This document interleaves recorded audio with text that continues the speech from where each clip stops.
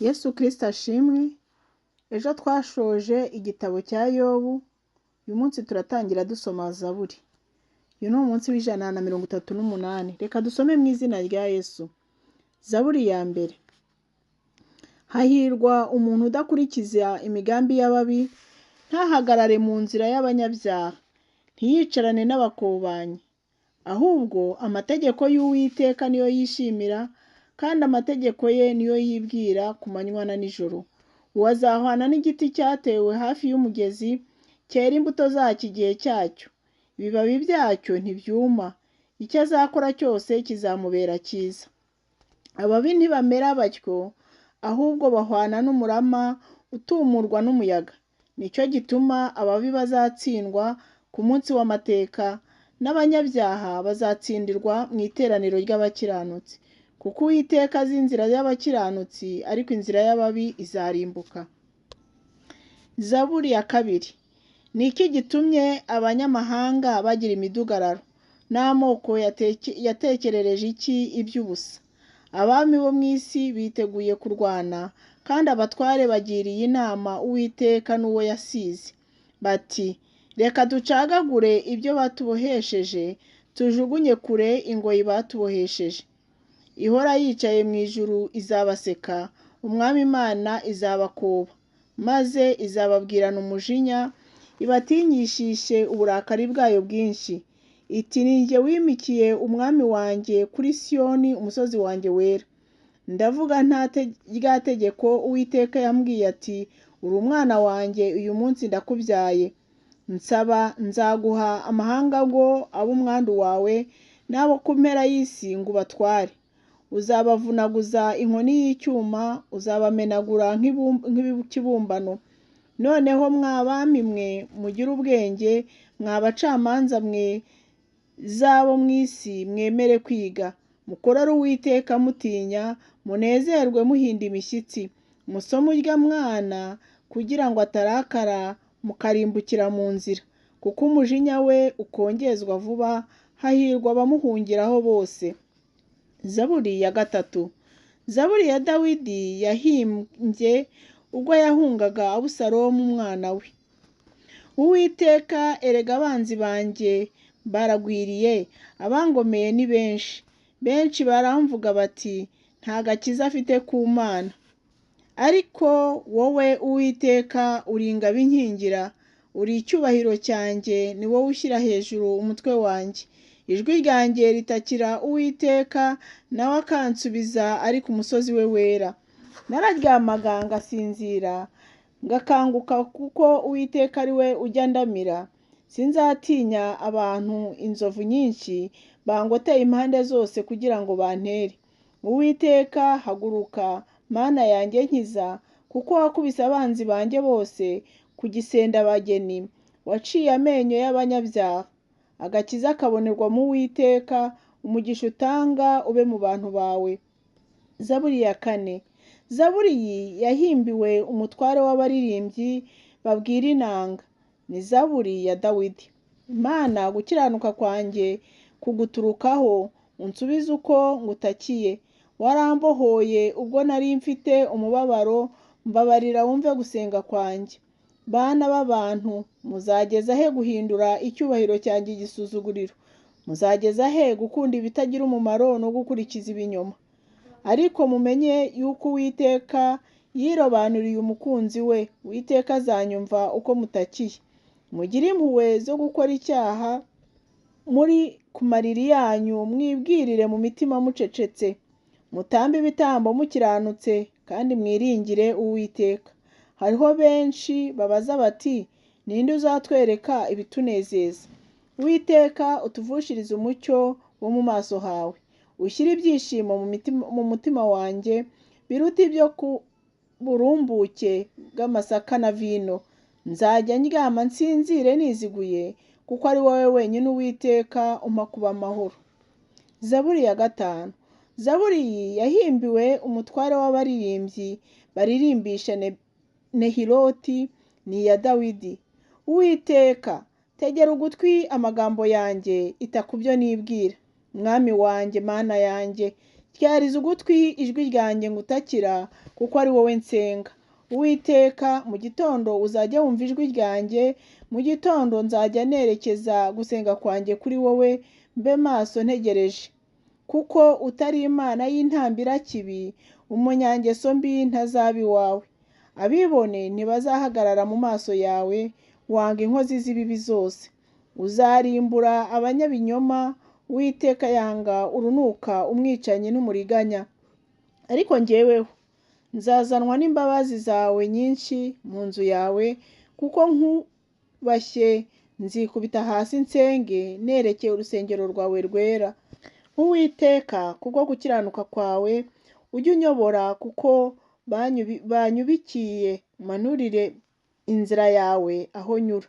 Kuko ari nta murava uri mu kanwa kabo, imitima yabo ni igomwa risa. Umuhogo wabo ni imvi irangaye, bashyeshyesha indimi zabo. Mana, ubagire uko ugira abanyabyaha, imigambi yabo ibatere kugwa, ibicumuro byabo byinshi bigutere kubirukana, kuko bakugomeye. Nibwo abaguhungiraho bazishima, ibyishimo bizabatera amajwi hejuru iteka, kuko ubarinda. Kandi abakunda izina ryawe bazakwishimira, kuko uzaha umukiranutsi umugisha. Uwiteka, uzamugotesha urukundo rwawe nk'ingabo. Zaburi ya 6. Zaburi iyi yahimbiwe umutware w'abaririmbyi babwirisha inanga ijwi ryo mu gituza. Ni zaburi ya Dawidi. Uwiteka, ntucyahishe umujinya wawe, kandi ntumpanishe uburakari bwawe bwotsa. Uwiteka, mbabarira kuko numiranye. Uwiteka, nkiriza kuko amagufa yanjye ahinda imishyitsi. Umutima wanjye nawo uhagaze cyane. Nawe Uwiteka, uzageza he kubikundira? Uwiteka, garuka utabara umutima wanjye, unkize kubw'imbabazi zawe. Kuko upfuye atakikwibuka, ninde uzagushimira ikuzimu? Kuniha kurandambiye, uko ijoro rije ntotesha uburiri bwanjye amarira. Uburiri bwanjye nyabuminjagiraho, mu maso hanjye hananurwa n'umubabaro, hashajishijwe n'abantera bose. Mwa nkozi z'ibibi mwe, nimuve aho ndi, kuko Uwiteka yumvise kurira kwanjye. Uwiteka yumvise kwinginga kwanjye. Uwiteka azemera gusenga kwanjye. Abanzi banjye bose bazamwara, bagira ubwoba bwinshi. Bazasubizwa inyuma, ikimwaro kizabatungura. Zaburi ya 7. Shigayoni ya Dawidi yaririmbiye Uwiteka kubw'amagambo ya Kushi wo mu muryango wa Benyamini. Uwiteka, Mana yanjye, ni wowe mpungiraho. Ntabara, nkiza abangenza. Urya muntu ye gushishimura umutima wanjye nk'intare, awushwatagure ari nta wuntabara. Uwiteka, Mana yanjye, niba naragenjeje ntya, niba amaboko yanjye ariho ubugoryi, niba narituye inabi uwo twabanaga amahoro, ahubwo nakijije uwanteraga amoye ubusa.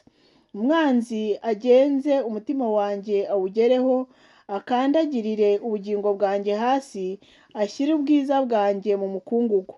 Uwiteka, hagurukana umujinya wawe, wihagarikire kurwanya gushega kw'abantera, kandi unkangukire wanshyizeho urubanza. Nuko iteraniro ry'amahanga rikugote, nawe usubire hejuru yaryo. Uwiteka aracira amahanga urubanza. Uwiteka, uncire urubanza rukwiriye gukiranuka kwanjye n'ukuri kundimo. Ububi bw'abanyabyaha bushire, nawe ukomeze abakiranutsi. Kuko Imana ikiranuka igerageza imitima n'impyiko by'abantu. Ingabo inkingira ifitwe n'Imana, ikiza abafite imitima itunganye. Imana ni umucamanza utabera, ni Imana igira umujinya iminsi yose. Umuntu natihana, izatyaza inkota yayo. Umuheto wayo imaze kuwufora irawutunganije, kandi imwiteguriye ibyica. Imyambi yayo yikongejeho umuriro. Umunyabyaha aramukwa ibibi bitagira umumaro, inda yasamye nigomwa abyara ibinyoma. Yarimye ubushya acukura burebure, agwa mu ruhavu yacukuye. igomwa rye niwe rizagaruka ku mutwe, urugomo rwe ruzagwa mu gitwariro cye. Nzashima Uwiteka nk'uko bikwiriye gukiranuka kwe, nzaririmba ishimwe ry'izina ry'Uwiteka usumba byose. Zaburi ya 8. Zaburi iyi yahimbiwe umutware w'abaririmbyi babwirisha inanga ijwi ryitwa gititi. Ni zaburi ya Dawidi. Uwiteka mwami wacu, erega izina ryawe ni ryiza mu isi yose, washyize icyubahiro cyawe hejuru y'ijuru. Akanwa k'abana bato n'abonka wagahaye gukomeza imbaraga zawe, gutsindisha abanzi bawe, kugira ngo uhoze umwanzi nuhora inzigo. Iyo nitegereje ijuru, umurimo w'intoki zawe, n'ukwezi n'inyenyeri ibyo waremye, umuntu ni iki ko umwibuka, cyangwa umwana w'umuntu ko umugenderera? Wenze kumugira nk'Imana aburaho gato, umwambika ubwiza n'icyubahiro nk'ikamba, wamuhaye gutegeka ibyo waremesheje intoki zawe, wamweguriye ibintu byose ubishyira munsi y'ibirenge bye. Wamuhaye gutwara intama zose n'inka, n'inyamaswa zo mu ishyamba nazo, n'ibiguruka mu kirere n'amafi yo mu nyanja, n'ibinyura mu nzira zo mu nyanja byose. Uwiteka mwami wacu, erega izina ryawe ni ryiza mu isi yose. Zaburi ya 9. Zaburi iyi yahimbiwe umutware w'abaririmbyi babwirisha inanga ijwi ryitwa mutirabeni. Ni zaburi ya Dawidi. Ndashimisha Uwiteka umutima wanjye wose, ndatekerereza abantu imirimo yawe yose itangaza. Ndakunezererwa, ndakwishimira, usumba byose ndaririmba ishimwe ry'izina ryawe. Kuko abanzi banjye basubira inyuma, bagasitazwa bakarimburwa no mu maso hawe, kuko wanciriye urubanza rukwiriye rutunganye, wicaye ku ntebe uca imanza zitabera. Wakangaye abanyamahanga, warimbuye abanyabyaha, wasibanganije amazina yabo iteka ryose. Abanzi banjye bashizeho barimbutse iteka, n'imidugudu yabo warayishenye, no kwibuka kwabo warakubuze. Ariko Uwiteka yicara ari umwami iteka, yateguriye imanza intebe ye. Azacira abari mu isi imanza zitabera, ahaza amahanga imanza z'ukuri. Kandi Uwiteka azabera abahatwa igihome kirekire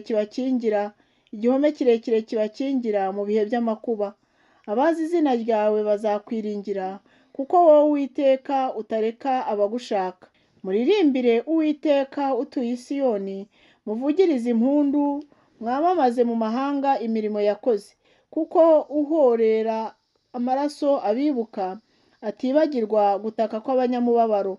Uwiteka umbabarire, reba umubabaro mbabazwa n'abanyanga, ni wowe unzamura ukankura mu marembo y'urupfu, kugira ngo nerekanire ishimwe ryawe ryose mu marembo y'umukobwa w'i Siyoni, kandi nzishimira agakiza kawe.